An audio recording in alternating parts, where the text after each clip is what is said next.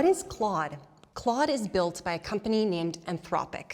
Like OpenAI, Anthropic is a company with proprietary large language models, such as Haiku, Sonnet, and Opus. Claude is the layer on top of the models that enables you to input your text, data, audio files, code, and get outputs such as text, audio, diagrams, spreadsheets, designs, and more. Today, Claude is 3 tools in one. There's Claude Chat, Claude Code, and Claude Cowork. You can see 3 icons in your Claude desktop app. Most people live in Claude Chat. Chat is for simple back and forth questions, just like ChatGPT. Then on the right, we have Claude Code. Unsurprisingly, Claude Code is a section of Claude for coding and software development. Then in the middle, you have Claude Cowork. Cowork is where we build most of your AI workflows. The single biggest thing that makes Cowork different from Chat is what it can touch. Chat lives entirely inside the conversation window. It can answer questions, draft emails, and reason about things you paste in. But it can't reach beyond that chat.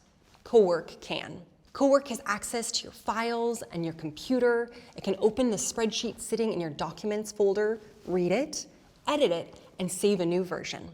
It can pull a PDF from your desktop, summarize it, and drop the summary into a folder you specify. This type of work is called agentic AI. You may have heard that term in the news, but let's unpack it. Agentic is the type of AI where an agent conducts multi-step interactions.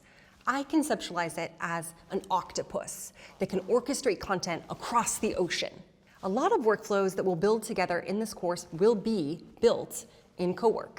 But before we build any of those workflows, I want to remind you that even though Claude Cowork is powerful, it is not human nor sentient.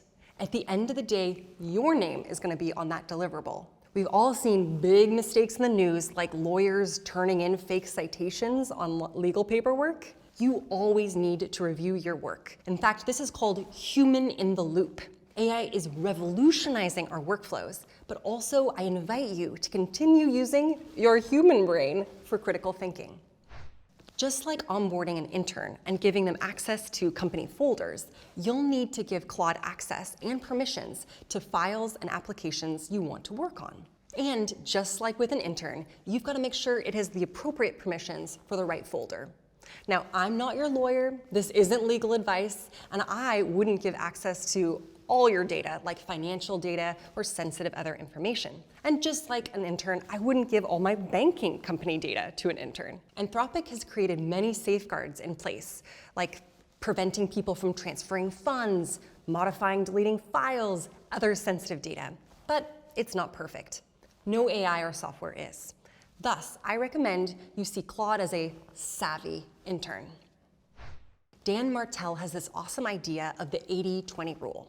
For example, he talks about 10% of the time you spend critically thinking. What's the strategy? What are we going to do? Are we going to do a course together? Are we going to make a workflow? That strategy is the first 10%. The next section, we delegate to someone. It could be AI, could be an intern, could be somebody else. And 80% of that time is spent doing the bulk of the heavy lifting once you've decided the strategy. For the last 10%, you review the work and say, ooh, I like this, I don't like this. Let's polish it to make it the highest quality we can make it. And so this 80-20 rule is about how we set up strategies, how we delegate effectively, and how we make sure that the work is on point. All right, now the message is clear. Let's have a look at the first superpower of Claude we'll cover in this course, artifacts.